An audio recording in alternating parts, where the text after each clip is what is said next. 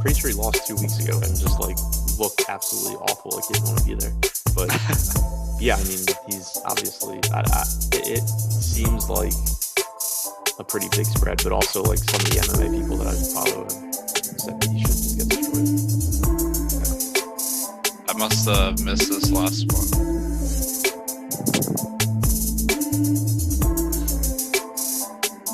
Yo, what's up, guys? Welcome to the NBA Strategy Show, Awesemo.com, presented by our sponsor, No House Advantage. Got a nice little 7-game slate, and yesterday it turned out to be pretty interesting. We had all the Bucks starters get ruled out, so that created a lot of value. Definitely a stars and scrubs night. Joined today by Adam, Ship My Money Share. Adam, how you doing, man? And what did you think of yesterday's slate? Yeah, I mean, doing pretty good. Yesterday was pretty ridiculous. Obviously, you had the Bucks, but then you also had the Clippers, where they were missing Paul George and Patrick Beverley. So yeah, tons of value yesterday. You know, only so many guys to pay up for. The only thing that's like frustrating about slates like that is you get so much overlap. But at the same time, if you're playing tournaments, it kind of makes it like there will end up being some really good plays that don't get a ton of ownership just because of the other stuff. So that can be kind of fun in tournaments. In cash, it gets really frustrating because everybody just has the same lineup basically. Definitely. I mean, we saw yesterday two of the guys. I don't think they were low owned, but Zach LaVine and Trae Young. They had that overtime matchup, and Zach LaVine really destroyed, and Trae Young also had a good game. So it ended up being kind of crucial pieces that maybe weren't the highest plays on the slate. So that was a pretty good example. So just overall, what are you thinking about today's slate? Because I haven't seen a ton of injuries yet, but the spreads on these games are all really high. Yeah, I mean, I assume there's going to be like injuries and stuff that open up throughout the day just because there always are. But yeah, I mean, to your point about the spreads, definitely an interesting slate in that regard. I know you talk a lot about, even when you do have these, 8, 10, 11 point spreads, it doesn't mean that games are going to it doesn't really mean that the game is like favored to blow out, but it does obviously increase the risk of just not getting full run. I think maybe one strategy that people could use is like on slates like this, maybe it's a little bit more useful to look to game stack a little bit more and just hope that you're on whichever game does end up being the most competitive, since there is a decent chance that most of the games end up kind of losing the last 4 or 5 minutes. So I think it's one thing people could look to do potentially. Definitely. We saw last night with this Houston at Clippers game where the Clippers were a big favorite. Somehow Kawhi played on the second end of a back-to-back and was really good, but then everyone got pulled with 3 minutes left. So that kind of nuked that upside that really was necessary to get to the same level as some of the other studs on the slate, Westbrooks, Levines, etc. So this will be an interesting one from that perspective. Before we get into the games here, guys, if you can hit that thumbs up button, greatly appreciate that.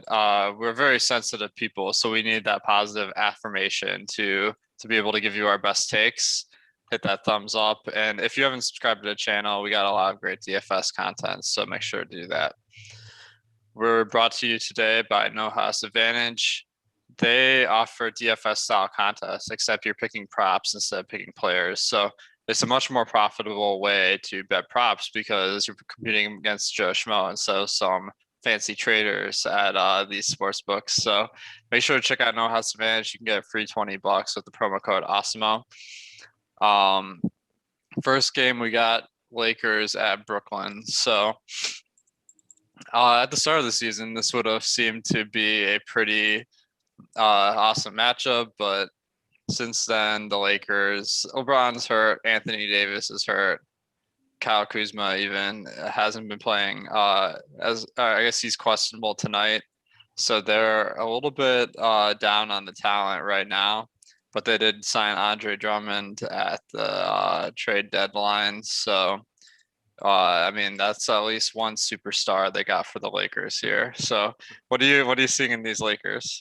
Yeah, I mean, the Drummond addition obviously is pretty big from a fantasy standpoint because not only does it take minutes away from Montrezl Harrell and force Marc Gasol to the bench, but it also takes potential production away from Dennis Schroeder and to a larger extent Kyle Kuzma if he's able to play. I talked about it before that I'm very concerned about Kuzma's production with Drummond there because he's been playing well since Davis and James were injured, but a big part of that is he has about a 14% rebounding percentage in those games, and replacing Marc Gasol with Andre Drummond and giving some of Montrezl Harrell's minutes to Andre Drummond, Drummond's just going to eat up so many rebounds that they're not going to be available for Kuzma at the same rate that they were. So I think it's a pretty big negative impact on him. I think it'll have a negative impact on Morris as well. Schroeder doesn't have, it's not the same negative impact because he's not reliant on rebounds, but I do expect his usage rate to drop a little bit from where it was because Drummond also a higher usage player than Gasol or Harrell. So I think it's a situation where like you can still look to the Lakers, but the addition of Drummond combined with the fact that salaries have risen on so many of the Lakers because of their injuries, Drummond just like absorbs so many stats that it's going to pull everyone down pretty much, I think, with the exception of him. Agreed. The Drummond's a pretty interesting fantasy player because of the rebounding upside, and he does take a lot of shots even. So the one thing I'm seeing is the minutes look like they're not very safe because he did play 26 minutes in the last game, but he did get all of the run at the end of the game where Trez could pick up some of that. But then we go back to 2 games ago, and Montrezl Harrell got 2 minutes in the whole game. So I'm like, what the heck is going on with Harrell? Like, how does he stack up to Drummond? Because if Drummond is by far the best center on the team in the eyes of the coach, he's a cheap play tonight. Yeah, I mean, I think Drummond has the edge there. Like, obviously, I think that there still will be situations where Harrell closes the game, but I think those situations. My guess is that those situations are going to be limited to the second units playing well and they stay out there. Like you see that with most teams. Occasionally, some of the starters won't close just because of how the game's going. But I think that a lot more often than not, it's going to be Drummond. I mean, you've seen all season long that Frank Vogel really hasn't been enamored with Harrell. Like there was that stretch when Davis first went down where he kind of was he wasn't giving Harrell extended run until he was absolutely forced to. Like there was situations where I think specifically it was after a Suns game where Vogel was kind of asked like why Harrell didn't play more, and it was kind of like, well, he didn't match up well with the Suns' second unit, but he also, with like Saric, but he also didn't match up well with DeAndre Ayton. So it kind of just seems like Vogel doesn't really like using Harrell unless he has to. And I think that, Drummond coming in, he obviously has his own issues as far as being a good NBA player, but I think that Vogel just prefers him over Harrell, and I think you're going to consistently see him close. Yeah, that'll be interesting tonight to see what happens because the Nets are running out LaMarcus Aldridge at center. So if there's a matchup that would really favor Harrell, like that seems like a pretty good one. But Aldridge has been starting and Harrell's off the bench, so getting that matchup might be a little bit tricky from a rotation standpoint. Now, Schroeder, I was kind of excited when he was playing without LeBron, but I feel like he hasn't quite produced at the level I was hoping as far as like getting a ton of assists and usage. He's seen his price go up to 7K. How are you feeling about Schroeder these days? Yeah, I think it's pretty tough to prioritize him there just because, like I said, the usage is up without Davis and LeBron, but I expect that to come down at least a little bit with Drummond there. Assists, should still be there, and you're probably still getting 33 or 34 minutes. He looks okay. Like I prefer him over Kuzma if Kuzma plays at basically the same salary, but I don't think I think it's unlikely Schroeder ends up standing out as like a top play on the slate. So Kuzma being questionable, he didn't play last game. Taylor Horton Tucker was suspended for the last one, so he should be back. If Kuzma plays, do you see him as a good play? And then if he sits, how is that going to affect the Lakers rotation? Yeah, I'm not too interested in Kuzma. The salaries come up. I expect the rebounding numbers to drop off. If he sits, though, I think it does have a big impact because he's questionable. Alex Caruso also questionable. Depending how this news breaks, you could get Taylor Horton Tucker returning.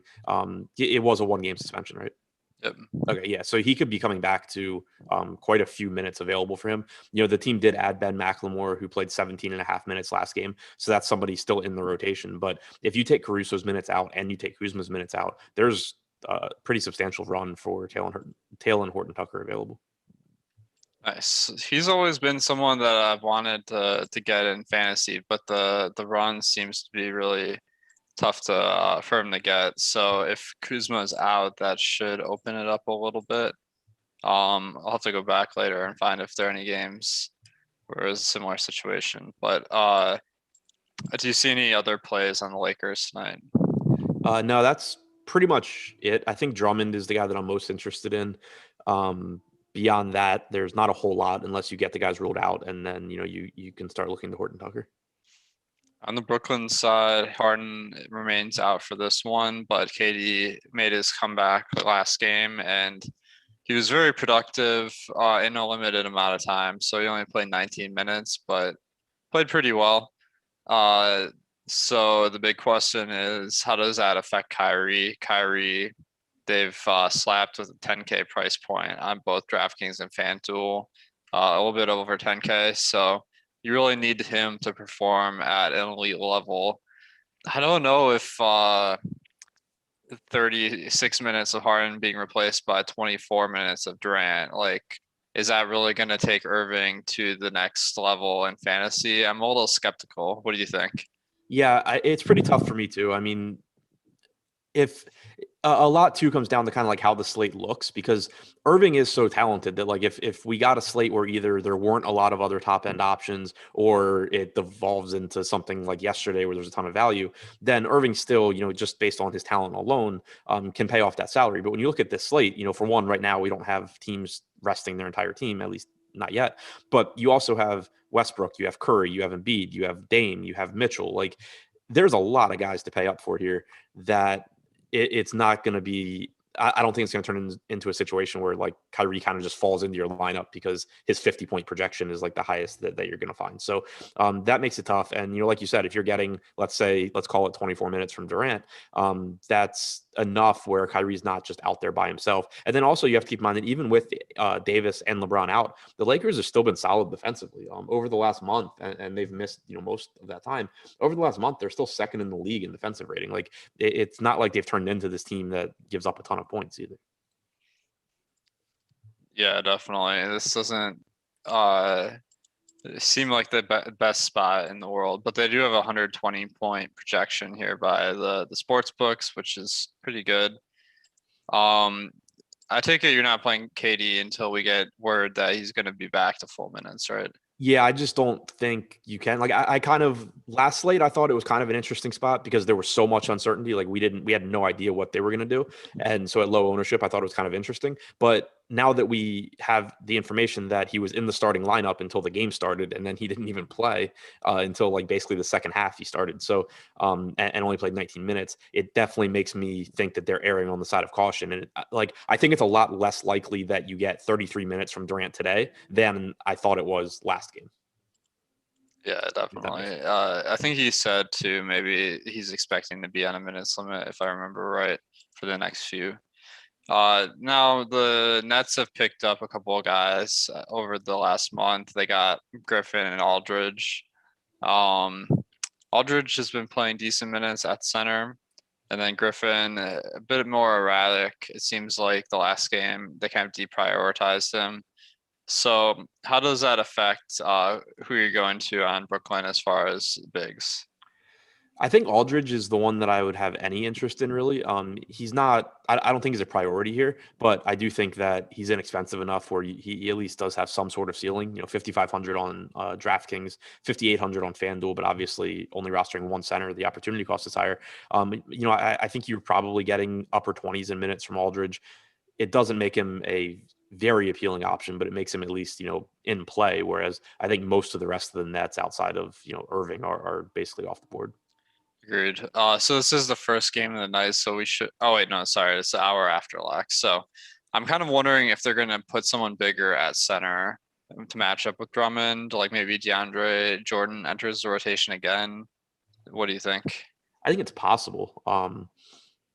Yeah, it's so hard to say because obviously we haven't had that situation yet. They definitely could do it. In which case, I guess that would make for an interesting. Do you think like hypothetically, if DeAndre Jordan's in the starting lineup, do you think DeAndre Jordan is matching Drummond's minutes, or do you think he's just like playing 18 minutes? Yeah, probably just playing 18 minutes. I just would be um so that's something I'm kind of keeping in my head where it's like if we get news that DeAndre Jordan is starting, like that probably wouldn't be like a big deal. Let's go to the next game. We got Sacramento at Utah. Somehow I put Toronto at Cleveland as the last game. That's the first game of the slate, so my bad, but we'll get there. All right. Sacramento. Uh they've pretty much been able to keep the whole rotation healthy aside from Bagley, who remains out for this one with a broken hand. So I mean, in today's NBA, you're really looking for injuries to open stuff up, and they have the matchup versus Utah. So I'm seeing them as a pretty low priority on today's slate. What do you make of the Kings? Yeah, that's where I'm at as well. Like you said, it's this time of year in NBA, it just really becomes about there almost always are going to be so many underpriced players because of injuries that when you have close to a fully healthy team, it's just guys aren't going to stand out. And then you add in the tough matchup against Utah. De'Aaron Fox should play huge minutes. Obviously, gives you a high ceiling, but he's priced I think where he should be. Harrison Barnes, I think priced where he should be. Like the one nice thing about the Kings is typically their main guys do play a lot of minutes, specifically Fox and Barnes. But it's just I think like you said, a pretty low priority here. Yeah, so maybe GPPs only there. On the Utah side, we have Jordan Clarkson still out for this one. So I was kind of intrigued to see what would happen with him out because he plays a lot of minutes off the bench normally. It seemed like Ingles, they made a point to get him a lot more minutes. He ended up playing 35 minutes off the bench. So what did you make of that? Was it just because he was playing well, or do you think he's really going to get those minutes? Yeah, I don't feel comfortable giving him that many minutes again because Mike Conley only played 23 minutes. Conley didn't close the first half. Actually, he didn't close the second half either. So, normally that's not going to happen. Not saying that, all of the minutes that Conley lost went to Ingles, but when you look at Ingles being on the floor to close out both halves and Conley not, I think that is pretty concerning. Like my expectation is still that you probably get around 32 minutes from Ingles. Obviously, there's upside for more if he's playing well, but I don't want to just take that one game and say, oh yeah, Ingles is playing 36 minutes tonight. Definitely. And the last game being the second end of the back-to-back, I think they just played Conley because Clarkson was out because usually he's been sitting out those ones. So I think it's fair to assume that he'll just play his normal minutes, this not being a back-to-back. What do you think? Yeah, I think that's, my assumption. You're probably getting 30, 31 minutes from Conley. Nice. So do you think Clarkson being out makes other guys intriguing in fantasy, or how do you see this shaking out the second game? Yeah, I think Clarkson being out, I think benefits Conley and Mitchell. Those are the guys that, and it sounds weird because, Clarkson comes off the bench and those two start. But because of the way that Utah runs their rotations, you're going to have Conley and Mitchell's minutes staggered. So whereas normally when that happens, Donovan Mitchell, it's like, okay, well, he's not playing with Conley, but Conley's being replaced with Jordan Clarkson. So it's a 30% usage guy playing alongside Mitchell when Mitchell's with the second unit. Now you take Clarkson out and it's Mitchell, running with the second unit, playing with guys that are not high usage guys, or Conley with the second unit, whichever way you want to word it. But when Conley's not on the floor, you're gonna have Mitchell out there with Royce O'Neal, Niang, Favors, Ingles. Like none of those guys are taking anywhere near as many shots as Jordan Clarkson. So I think that over those minutes, you're going to see Mitchell get more shots, and then when Mitchell goes to the bench and Conley comes back in, it's the same thing. So I think I don't think like a lot of times when someone like Clarkson's ruled out, you would try and figure out who's picking up those minutes off the bench. I don't think there's one guy that really benefits in that regard. I think it's that there's going to be more usage for Mitchell and Conley. Yeah, that's a great call because Oni, who kind of got in the rotation last game, his usage on the year is only 10.6%. So compared to Clarkson at 28%, that's 18% of the shots are getting taken by someone else, while Clarkson would have been on the floor. So that's going to benefit the highest usage guys the most. So I do have Donovan Mitchell at about 35 usage today, where his season rate is 32. So that's making him look like a pretty nice play, although his price does seem to be elevated. How are you prioritizing the Jazz tonight? Yeah, I mean, it's a great matchup against Sacramento too. So I think that, even though Mitchell is priced up, I think that it's still a pretty favorable spot to get to. Obviously how much you get will kind of come down to how news breaks and how much value there is. But in this matchup and without Clarkson, I do still really like Mitchell. I like Conley. I like Ingles, especially at 5,400 on DraftKings with guard and forward eligibility. I think it'll be pretty easy to get him in the lineups. And then it's a pretty good spot for Gobert as well. Obviously he's priced up a bit, and his minutes have been a little bit concerning this year, just, in part because they blow so many teams out. But, typically you're getting like 32 minutes from Gobert. It is a good matchup against Sacramento, though, where you should be able to have success. Yeah, and the blowout risk tonight really isn't that much different than most of the games too. Right. So that is one difference with Sacramento being pretty much full strength, is that this is a little bit more competitive compared to some of the other teams out there. All right, guys.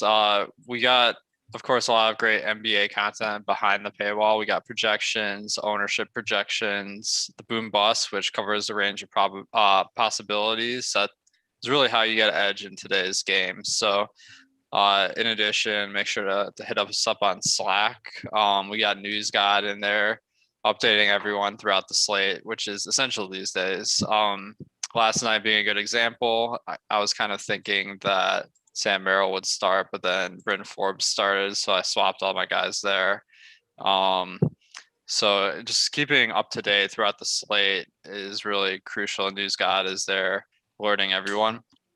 We also have a promo code for golf right now. It's the last day, so I'll mention it. It's Dustin, RIP. Missed the cut this weekend, but you can still use the code to get 2 months of Awesemo golf for the price of one. I've had a lot of luck in these PGA Showdown slates. So we have the Showdown projections, a lot of betting stuff. Like I'll bet the winner at the end of the third round is a lot of fun. I got projections for that. And then the Showdown ownership.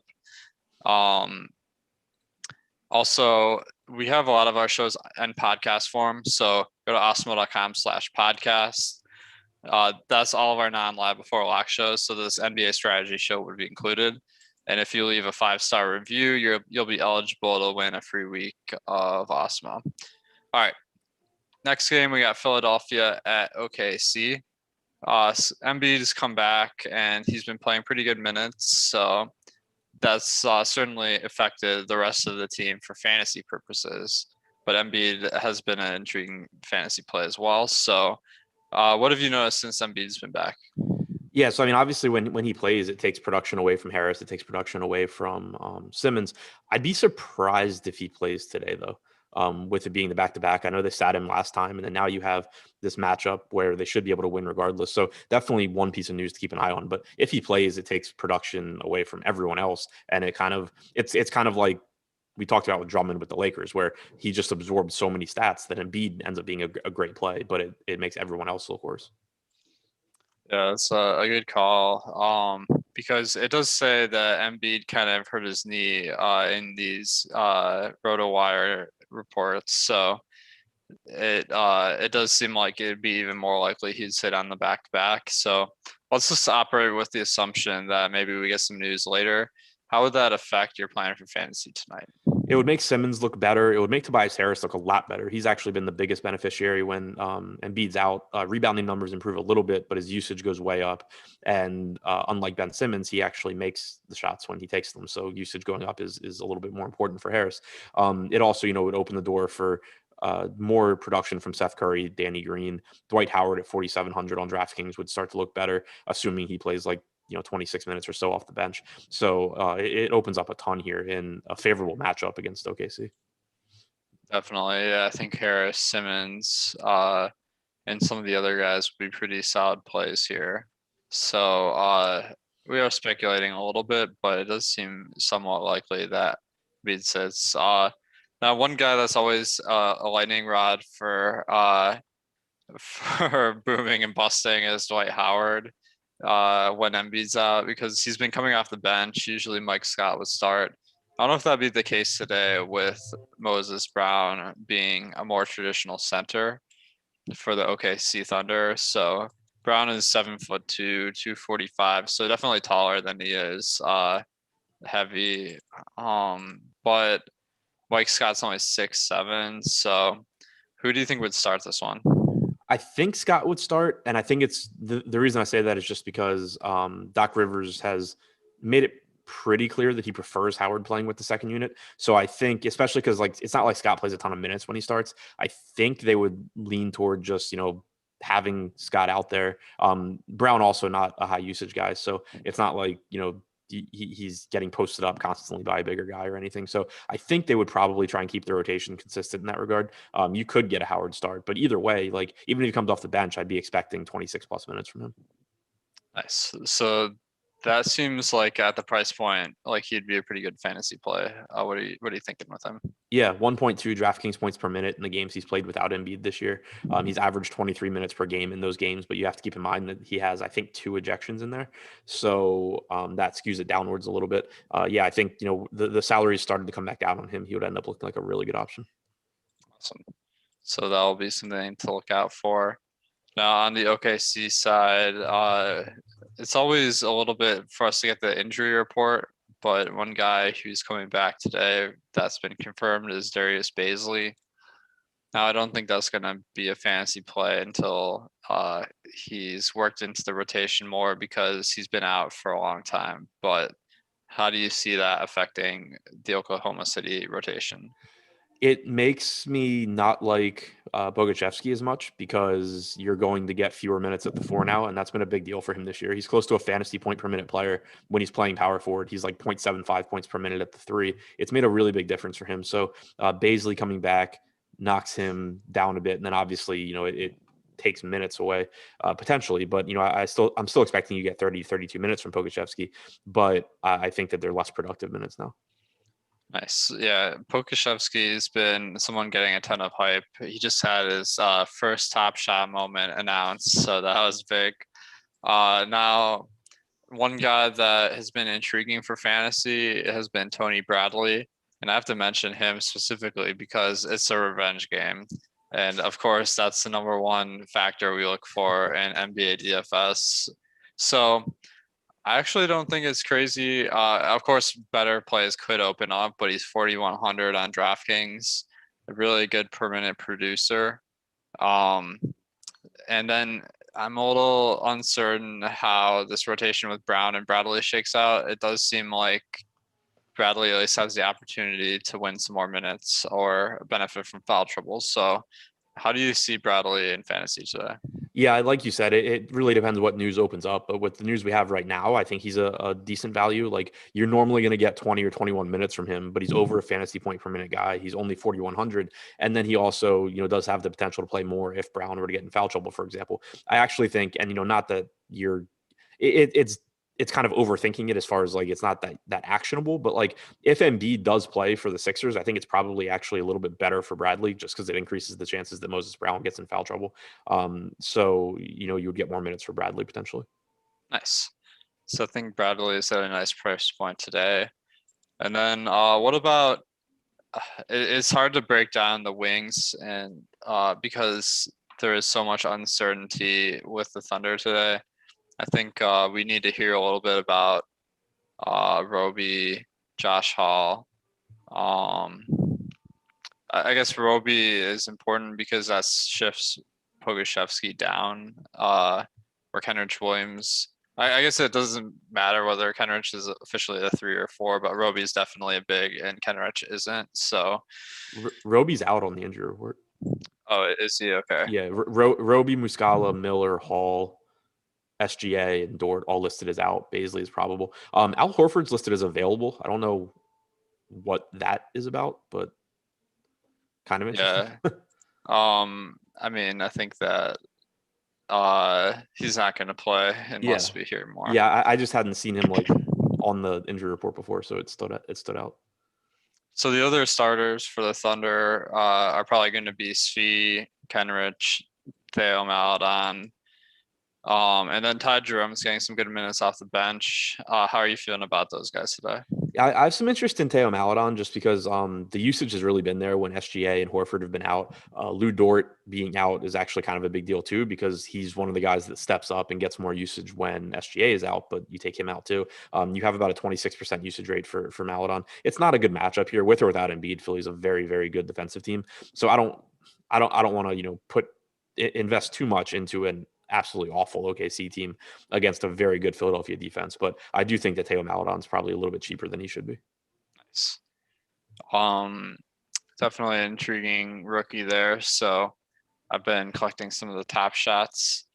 Next game we got Washington at Phoenix. We did hear that Bradley Beal is uncertain today, which makes today basically the same as every other day of the week. So Westbrook had a pretty good game last night, but then this is a lot tougher matchup versus Phoenix. So if Bradley Beal is out, are we going back to Westbrook just being a stone cold lock? Yeah, I don't really know how you don't. Like if Beal's in, I think Westbrook's one of the better plays. But if he's out, it's almost James Harden level, without Irving and Durant. Like his bad games are still like 55 plus fantasy points. He's averaging a triple double this year with Beal. He's averaging a bigger triple double without Beal. He goes from about 1.55 to 1.75 DraftKings points per minute in games that Beal doesn't play. He's second in the NBA over the last month in minutes per game. Westbrook, that is. It's just everything kind of. It's a tough matchup against Phoenix, like you said, but he's just he does everything for this Washington team and he plays huge minutes. So I really don't know how to get away from him, especially if Beal's out. Definitely. Now the tricky part of this all is this is a 10 p.m. game. We've been seeing Bradley Beal usually gets ruled out about 30 to 60 minutes before tip off. So we're probably not going to know if Beal is playing even close to lock. So what are you going to do in fantasy? Are you going to just save a spot with Westbrook, maybe playing some late swaps, or how are you going to play this? I'll end up with Westbrook anyway. I think, like, even if I assume Beal's going to play, which is kind of nice. But yeah, I lean toward Beal sitting here. Like he's dealing with an injury. He has said it's still bothering him. He's only played 30 minutes in each of the games since he returned, which is not a lot for Beal. And then now you have the back to back. If I think that you could kind of just assume he sits because like I think you're in a much better situation. Like if you over project Westbrook, basically, thinking that Beal isn't going to play and Beal ends up playing, you still have Russell Westbrook. You still have a triple double. You still have a really good play. If you don't have Westbrook and you don't leave yourself that option to get the Westbrook, your slate's kind of over because Westbrook's probably going to go for 60 plus fantasy points if Beal sits. Yeah, I agree. I think this one, there's two ways I approach this slate news where it's like this significant, where it's one of the best players on the slate that could be ruled out. Either boost the projections for guys in the late game to get more of them, or you could set in Fantasy Cruncher or Build My Lab, sometimes I'll set a group that says I have to have at least 3 guys from the late slate games to give me the roster spots to make some swaps. So that's probably how I'd approach it today. The only thing is if Beal plays, it looks like the rest of the Wizards are a lot tougher to get to aside from Westbrook. Now, if Beal sits, is there anyone on the Wizards that you target aside from Westbrook? You could get Howell Neto in the starting lineup again. He was really disappointing last time he started, but he's only 3,800 on DraftKings, and if he's going to play like 26 minutes or so, he would look like a good value. Denny Avdi has gotten expensive enough where I'd have trouble going there.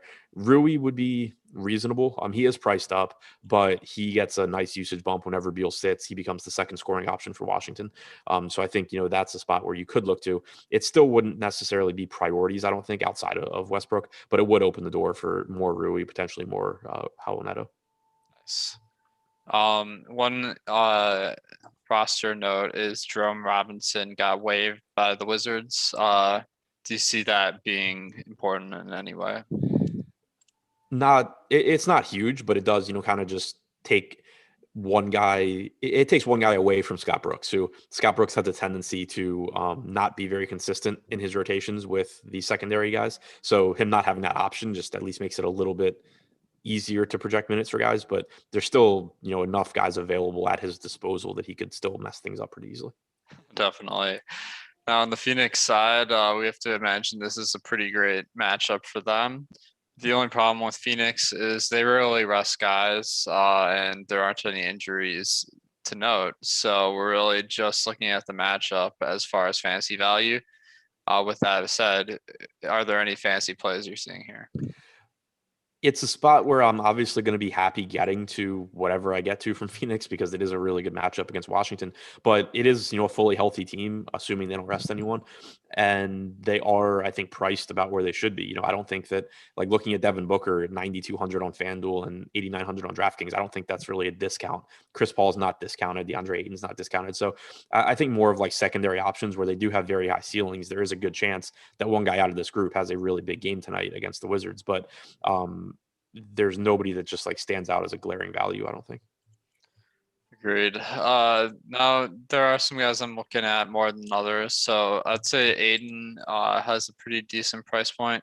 The minutes were a little bit shaky, but over the last three, they've been up. So I'm thinking that's a positive sign.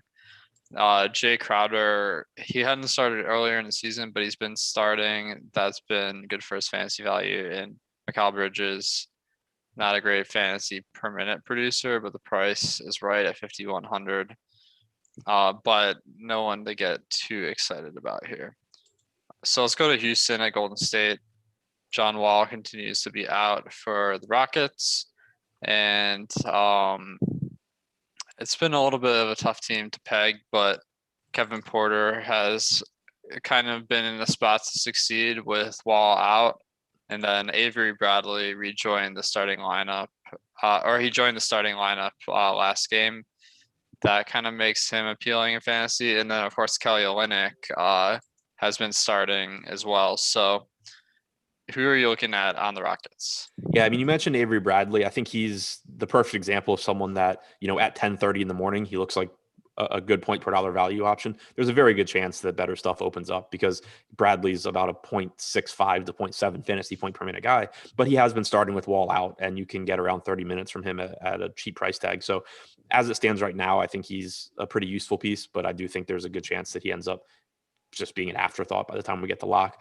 Kevin Porter Jr. gets plenty of increased opportunities without Wall. He's still young. He's a raw player. He's going to have some peaks and valleys, but he does give you a really high ceiling because the usage rate's almost 30% in the games he's played without Wall and Oladipo.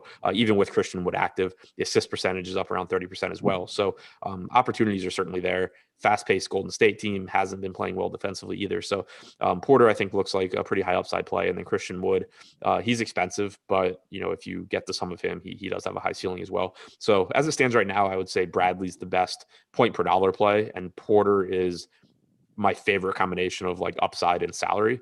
But obviously that can change as more value opens up. Definitely, yeah. Porter, he seems to be a pretty intriguing fantasy play. Now, he was really crushing his first games on team when everyone was out. How have you seen that change now that some of the main guys for Houston have been coming back, like Christian Wood? Yeah, I mean, it's just kind of like the opportunities have still been there, but you're also just talking about someone that doesn't have a lot of NBA experience. Like, it would have been very surprising if Kevin Porter just stepped right in and was suddenly basically an all-star. Like, he was playing out of his mind in those first few games. He's still turnover prone. He's mistake prone. He does a lot of very dumb things when he's playing, but he's also extremely talented. And so anytime you get someone with his just skill level getting the opportunities he gets, you're going to get some massive fantasy games. Anytime that you get someone with his lack of experience, you're going to get some really bad performances as well. So it's kind of just a very volatile player. But as long as his salary is where it is and his salary is being pulled down by the poor performances, it's going to just give him a massive ceiling. Nice. Yeah, I agree. I think he's pretty intriguing. Now, Christian Wood, he was one of the favorites for most improved player at the start of the year. He got pretty injured, but now he's back to full strength, averaging well over 30 minutes over the last 5 games. So, how do you feel about Christian Wood? He's a little bit of a spend up option these days, 8,300 on DraftKings and 7,800 on FanDuel. Yeah, I mean, he's a little bit more expensive than I would like, but at the same time, he's played 10 games this year with no Wall and with no Oladipo. He's averaged 34.7 minutes per game, 1.21 DraftKings points per minute, 27% usage rate. So the opportunities for him are certainly there. I kind of feel similarly to him as I do Porter. You're just paying a little bit more of a premium for Wood because he's a little bit more consistent. But he's a very good player. I don't know how easy he'll be to get into lineups though. Okay, so apparently I was wrong about Wall being out. People are saying that It's questionable, I think, right? yeah, there hasn't been any injury report, I think, but so if he plays, how would that affect who you're looking at Houston? It would take, yeah, it would take appeal away from Porter. It would make Avery Bradley not a play. It would take some appeal away from Wood, but not as much as it would from Porter. If Wall plays, I think he's more expensive than I would really want to look to. But at the same time, he did play 34 minutes last game. So there is a high ceiling for John Wall. He's just a little bit more expensive than I feel comfortable with. Yeah, 8K on DraftKings, 8,700 on FanDuel. So there should be some better options there tonight. One thing to keep in mind, because we saw this the last time Wall came back from injury, they said he was going to be on a minutes limit. He was never on a minutes limit. And then this time he came back from injury against Dallas. They said he was going to be on a minutes limit. He played 34 minutes. There's a good chance if he plays, they say he's on a minutes limit. Assume he's playing his normal minutes. That's a pretty good assumption. Yeah, I got burned several times by those phony minutes limits because like it might be the plan before they get in the game, but then like they see he's playing fine and they just leave him out there. Yeah, I think it might just be like Steven Silas, in his first year with Houston. It's been such a terrible year for him with Harden and then the Rockets being terrible. I think it's almost just like, they go in maybe like thinking they're going to limit him, and then the game's competitive and he's just like, yeah, I don't know. I just want to win one. Definitely. Yeah, they had that run where they just lost all those games in a row, and that was that was pretty wild. They did win one a couple nights ago, so maybe the pressure is off a little bit today. But on the Golden State side, certainly a pretty good matchup versus Houston. There have been some injury shenanigans with the Warriors where like they'll do this thing where they rule out guys after the game tips off, and that's really frustrating. But I really don't know what we can do to adjust for that. I think it's happened with Curry and Green multiple times. So what have you made of that, and what are you expecting tonight for the Warriors? Yeah, I think, and I could be wrong, but going from memory, when it's happened, it's been with like actual injuries with them. I think it's been, like they're questionable, they're probable, they're in the starting lineup, they're not playing. But I don't think it's been in rest situations, which is at least somewhat comforting, I guess. Assuming they're going to be in, I do like those guys. Steph obviously has a massive ceiling here. Draymond gives you triple double upside in a good matchup against Houston. So those two would look like the most appealing options here. Wiggins is a little bit more expensive than I would like. I think that it's worth mentioning Kent Bazemore as well. Wasn't particularly didn't play very well last night, but still played 28 minutes. He had played 26 minutes the game before. I think that, close to minimum salary in a really good matchup, he's another guy that there's probably going to be better value than him by the time we get to lock. But as of right now, I think he actually looks pretty interesting. Yeah, he has been playing pretty good minutes recently, so that is pretty intriguing. Now, Wiseman is a guy that I feel like people want to buy in on the talent, but the fantasy production hasn't been amazing. So, well, how are you feeling about him at this point in the season? He burns me a lot because think I think he has a high ceiling for his price, but he's priced where he is for a reason, and it's because between the combination of how frequently he disappoints, like he just has a disappointing game, how frequently he gets in foul trouble and loses minutes, he pretty consistently scoring like, what he should for his salary. So it's kind of interesting in a good matchup against Houston because he's really struggled from a fantasy standpoint during this most recent stretch of starts. He's started 8 or 9 games now, and he's averaged about 0.8 DraftKings points per minute. But for the season, he's been around a 1 fantasy point per minute guy, including earlier in the year when he was starting. So I think that there's room for him to play better than he has. But at the same time, there's, he just is pretty consistently finding ways to disappoint. Definitely. How are you feeling about his prospects long term? Because I got several top shots. I don't have any. So Okay, I'll have to liquidate some of that. Now, what about the rest of the Warriors? Curry, of course, is always a high upside option. It could make sense to maybe go for Westbrook, and then if Beal plays, swap on the Curry and make some other swaps because it's a little bit cheaper, but maybe a little bit better value, and the matchup is pretty prime. So what are you gonna do with Curry tonight? yeah, I mean, I really like Curry. If we get a lot of value, then I could see kind of prioritizing like Curry plus Westbrook builds. And like you said, that is definitely a spot where if you have Westbrook and Beal's ruled in, I think it ends up being a very similar projection between Westbrook and Curry. So it's not like I would be, rushing to swap everything to Curry, but it is one spot where, going to Curry is certainly fine if it lets you improve somewhere else in your lineup with that $800. So I do really like Steph here. I think Kelly Oubre deserves a mention as well. He's $700 less expensive than Wiggins on DraftKings, but they're pretty similar players. They're, in competitive games, you're typically going to get 32, 33 minutes from Oubre. He's around the fantasy point per minute guy in a good matchup against Houston. So I think he's a little bit underpriced. Yeah, he looks intriguing. So, guys, I see some like shaming going on in our YouTube chat. So let's get these likes up. We're at 105 right now. Let's try to get that up to 200. I think we'll need that to get through these last 2 games, and hit that subscribe button. If you want to see when we go live, hit that notification bell. I'll keep you up to date. We got actually a lot of other shows going on today. One that's going on now is our UFC live before lock, because that's locking in 45 minutes. So um, let's get those likes up. Also, I gotta mention Odd Shopper because a lot of us have been sports betting because it's legal in our states now, and there's a lot of difference in the lines between these books. So I like to win money when I bet, and whenever I can get the bet and win more money when it wins, that's definitely appealing. So before you make your bets, go to oddshopper.awesemo.com, find the bets you're looking for. I bet a lot of player props. There's a great page for that, and just find the book that has the best odds. That's where you're going to win the most money that night. So check out oddshopper.awesemo.com. Detroit at Portland. So the only we got Jeremy Grant ruled out for this one, as well as Wayne Ellington. Besides that, the Pistons look pretty healthy. They surprised with the rotation last game where Kojo, he is balling. He played a ton of minutes. I think he started at shooting guard because Dennis Smith Jr.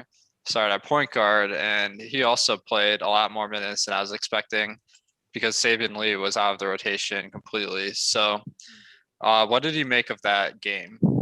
I still hate the Pistons because they just do random stuff every game. But you kind of just have to go with the flow of what it seems like they're doing. So I assume you're going to get a similar rotation where Dennis Smith Jr. and Killian Hayes split the point guard minutes.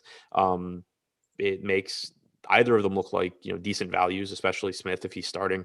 If Kojo starts again, he looks reasonable as well. I mean, it is a good matchup. against Portland, a bad defensive team.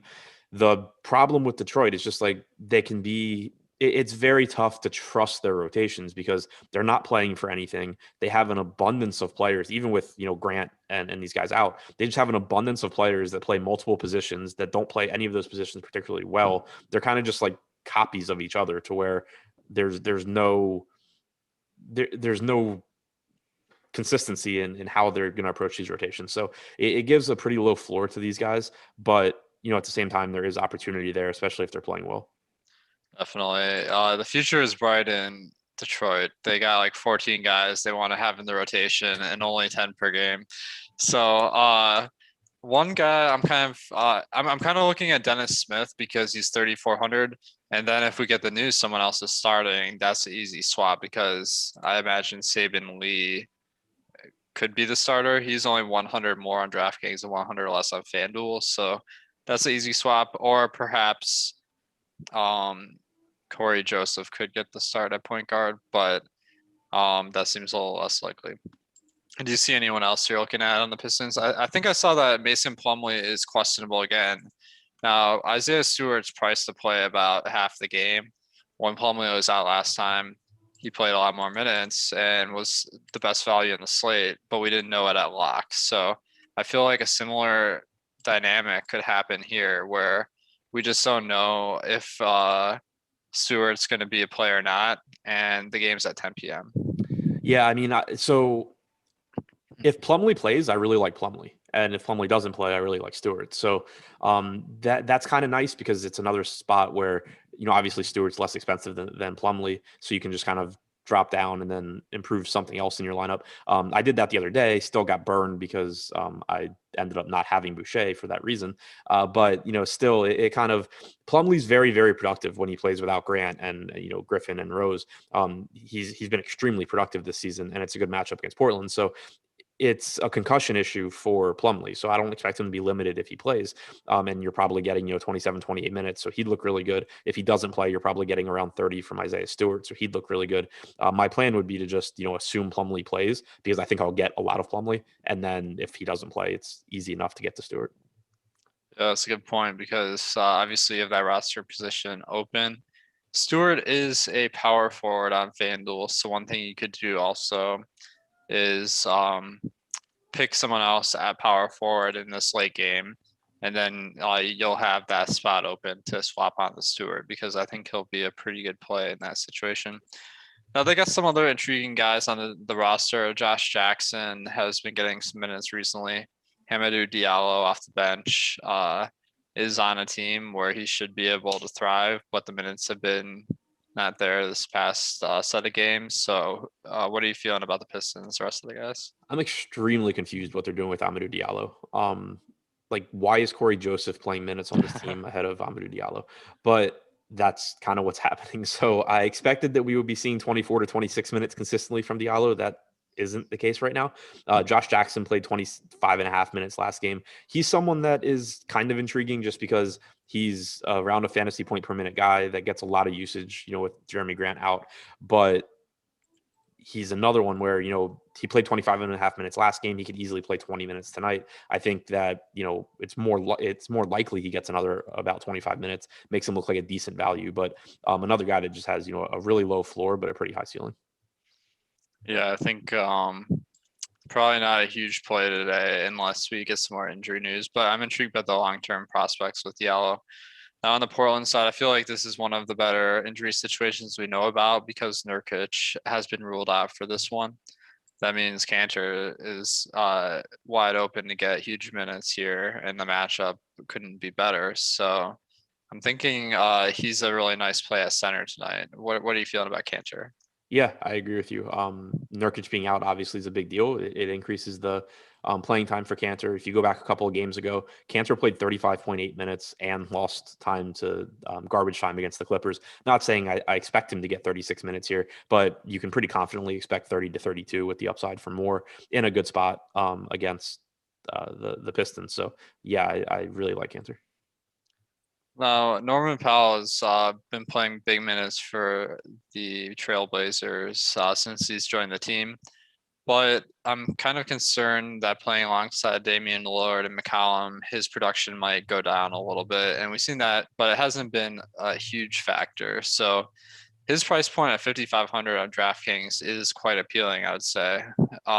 So what are you thinking with Powell on this new team? Yeah, I agree that he's a little bit underpriced. He's not getting the same usage that he was in Toronto. So far, he's played 6 games with Lillard and McCollum, 20.8% usage rate, virtually nothing in the way of peripherals. But he's got small forward eligibility on DraftKings, which is appealing to go along with his shooting guard eligibility. And he's playing big minutes, like you said. It's a good matchup against Detroit. So I think that Powell looks good. And then one other added benefit there is just, as we've been talking about these injury situations that we might not have a resolution to by lock, it's kind of just, the more players that you can get from these late games, the more flexibility you're going to have to make the best lineup you can. And Powell being, I think, a guy where he's a good play on his own, but then he also leaves you flexibility to late swap as an added benefit. Agreed. That's one of my strategies I've been trying out recently is boosting the projections when I make lineups for some of these late games so that you do get some more roster spots taken up by them. And then you have that late swap potential where instead of just being able to swap onto one guy that's really good, you can just absolutely have a killer lineup that no one else has. So Powell would be a guy that I'd slot into that lineup. And then hopefully someone better would open up. But if not, you got a great play with Powell. Now, Lillard and McCollum, they obviously great fantasy players. Lillard's price has been dropping since McCollum's rejoined the rotation, and McCollum's price at 8K on both sites around isn't bad either. So these look like guys you can get to. How are they stacking up to the other options? Yeah, I'm really interested in McCollum here. He's been really good this year. Like he's taken a step forward in the games he's played with Lillard. He's actually averaged 1.22 DraftKings points per minute in 25 games with Lillard. In those same games, Lillard's averaged 1.27 DraftKings points per minute. Like I'm not saying that long term, I think McCollum's the same fantasy option as Lillard, but you're getting a pretty big discount for two guys, or for someone that's produced at basically the same rate, plays huge minutes, gives you a monster ceiling. Obviously, Dame can go out there and drop 50 real points in any given game, and I think at 9,400 there's some value there. But I think it kind of goes overlooked, like how well McCollum's played this year. Agreed. Yeah, he's taking another step forward in fantasy this year, so that's been nice to see. So I think he's a pretty good option. Let's go to the last game, which is the first on the slate because I copied off the Google schedule. I don't know why I was in this order. Anyway, Kyle Lowry is questionable for this one, so if they get him back, that will be big. So we'll definitely have this news before lock. Now, one guy I'm thinking it could affect is Chris Boucher because the more guards they have, the more likely they're running out Siakam at center. But Boucher had a monster game last time. I'm sure he's going to be one of the guys people want to roster again. So how are you handling Boucher today? Yeah, a lot I think depends on Lowry. Like you do have DeAndre Bembry back from the suspension, but even in the last game Bembry played, Boucher played 32 minutes against the Lakers. It's also a Cleveland team where I'm not really concerned about the matchup in terms of Boucher not being able to be on the floor. It's not like they're going up against Joel Embiid or something like that. So I do really like Boucher.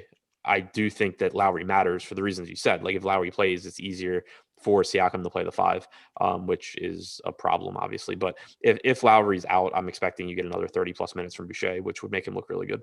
The one thing, I guess the one thing I would mention is like I do really like him if Lowry is out, but this is the first game on the slate, and he's going to get ownership. Like I'd be shocked if he didn't. He just scored 70 fantasy points. We've talked about a lot of centers that look good, and you have Cantor who's cheaper in the late game. You have Plumlee or Stewart. Like this is a spot where in tournaments, I think there's a good chance that Boucher, as good a play as he is, ends up getting like relatively more ownership than he should compared to these other very good center options in the same price range.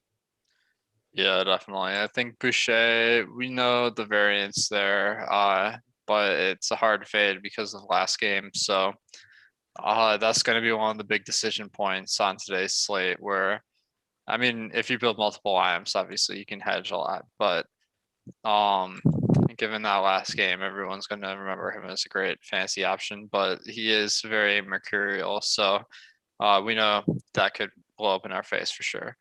Now in Cleveland, Kevin Love has been kind of intriguing, but last game he kind of took a dip in minutes a little bit. So I'm uh, I'm kind of wondering if he's going to top off in these mid 20s for the rest of the year. But if not, like, and he played 30, then he'd be a great play. So how are you handling Love these days? Yeah, the playing time last game was disappointing. He played really well, but I think it's going to be tough on this particular slate just because of the minutes. Like even if you assume he's playing 26 to 28 minutes, which obviously isn't a guarantee, he projects well. He looks like a good option, but I still would rather go to Enes Kanter. I'd still rather go to whoever's starting at center for Detroit. I'd still rather go to Chris Boucher. It's just kind of a I think maybe if you're playing a lot of tournament lineups, I can see getting to some Kevin Love. But as far as prioritizing him, it's just kind of a loaded slate in that price range with guys that I like a little bit more. Agreed. Yeah. So especially since he's in the early game, it would suck to have that Yep. roster spot locked up.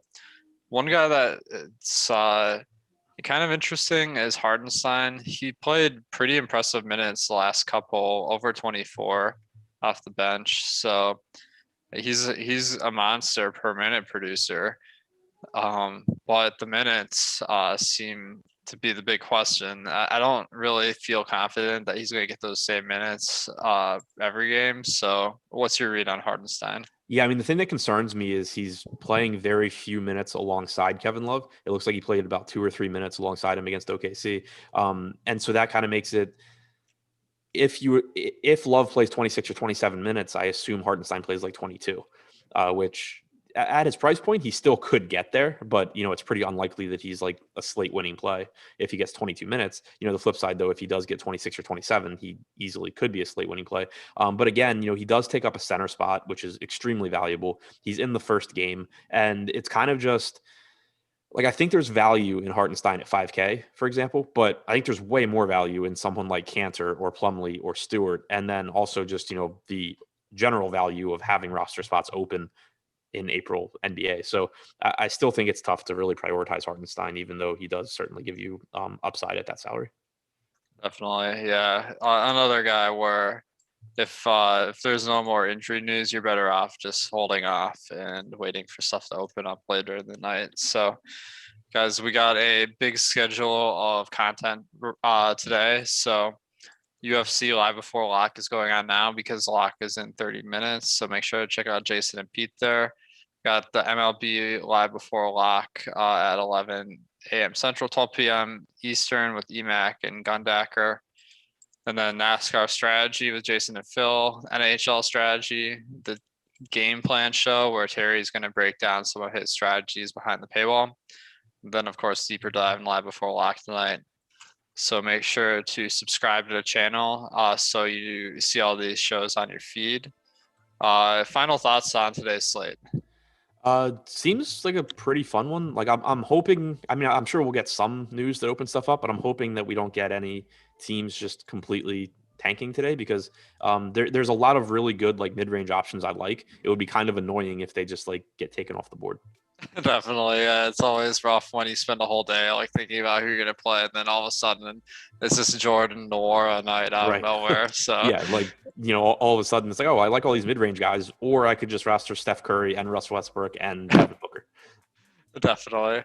All right, guys. Thanks a lot for tuning in here, and thanks for supporting our channel, our site, and good luck tonight.